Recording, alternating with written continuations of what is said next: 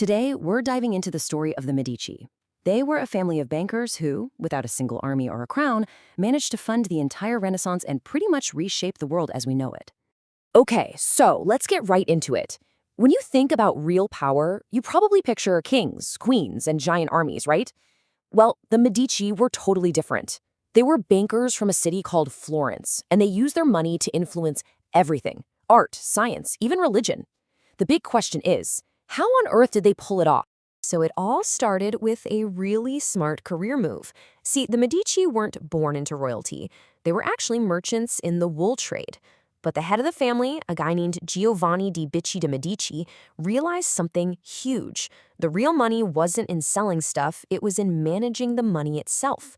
So in 1397, he founded the Medici Bank, and that was the beginning of a financial empire. One of their secret weapons was something that sounds a little boring, but was actually a game changer: double entry bookkeeping. Basically, for every bit of money that came in, they wrote it down. And for every bit of money that went out, they wrote that down too. It perfectly balanced their books. Now, this seems obvious to us today, but back then, it was revolutionary. It gave the Medici a super clear picture of their finances, which put them way ahead of their competitor. So what made their bank such a powerhouse? Well, it really came down to three key things. First, they set up branches in major cities all over Europe so they could manage money for powerful people everywhere. Second, they landed the ultimate client, the Pope. Handling the church's massive wealth gave them a ton of respect and a steady paycheck. And third, they used something called bills of exchange, which were kind of like early checks, making it way safer for people to do business across long distances. All right, so the next generation really took things up a notch.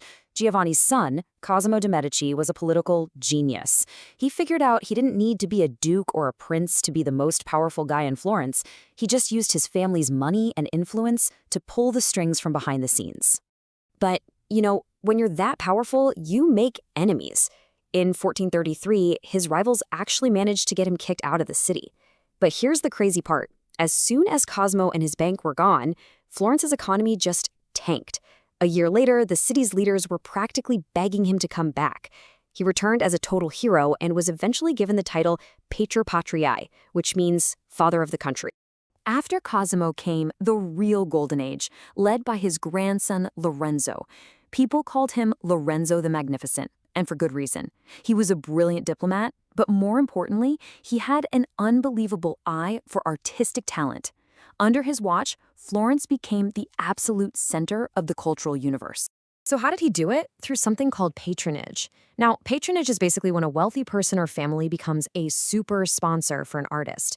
We're talking about giving them money, a place to live, and the freedom to just create.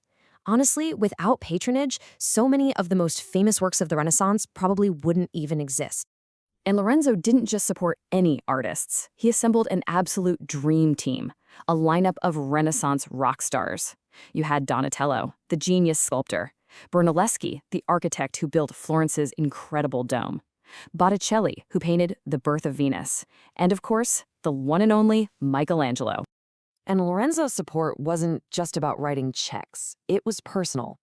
He spotted Michelangelo's talent when he was just a teenager and invited him to come live in the Medici palace. He literally treated him like a son. Michelangelo ate at the family table and studied with the best thinkers of the time. This kind of support was crucial for turning a talented kid into one of the greatest artists in history. But the Medici family's ambitions didn't stop at the walls of Florence. No way. They started to think bigger. They were ready to play on the world stage, with their eyes on the biggest prizes: Rome and Paris. You can really see how their strategy for power changed. Back in Florence, they were the unofficial bosses, with their bank as the source of their power. But to gain influence across Europe, they leveled up. They used the Catholic Church and strategic royal marriages to get official titles, like Pope and Queen. And get this, 2 different Medici actually became Pope. Can you imagine? Pope Leo X was famous for his love of art and his seriously lavish lifestyle in Rome. Then his cousin, Pope Clement VII, commissioned Michelangelo to paint the Last Judgment on the ceiling of the Sistine Chapel. That's ultimate power, shaping the faith and art of the entire Christian world. And their reach even extended to the French throne. Catherine de Medici married the King of France, and she became one of the most powerful women in Europe.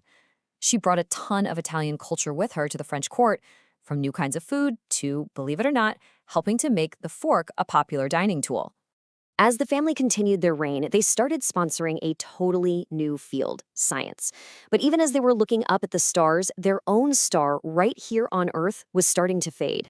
They became huge supporters of the great astronomer Galileo Galilei. They even protected him when his ideas, like the Earth revolving around the sun, were considered super dangerous. To thank them, when Galileo discovered 4 of Jupiter's moons with his new telescope, he named them the Medicean stars in their honor. So, how does a dynasty like this just end? Well, it was a few things. First, the later generations of Medici cared more about having noble titles than about being smart bankers, and the bank that started it all eventually shut down. Then, they had a string of pretty weak rulers who just couldn't keep things together. And finally, the family line just ran out. The last male ruler, Gian Gaston, died in 1737 with no kids to carry on the name. But the story doesn't just end with them losing power. The very last member of the Medici family did something so incredible that it secured their legacy forever. Her name was Anna Maria Luisa de Medici. As the last of her line, she created a legal document called the Family Pact. It basically said that the entire, mind-bogglingly valuable art collection the Medici had gathered over centuries could never, ever be moved from Florence. It was her gift, not just to the city, but to the entire world. And that one decision, that single piece of paper, is the reason that today you and I can go to museums like the Uffizi Gallery in Florence and see all these masterpieces with our own eyes. Her final act made sure that the Renaissance her family paid for would belong to everyone forever. Which kind of leaves you with a big question.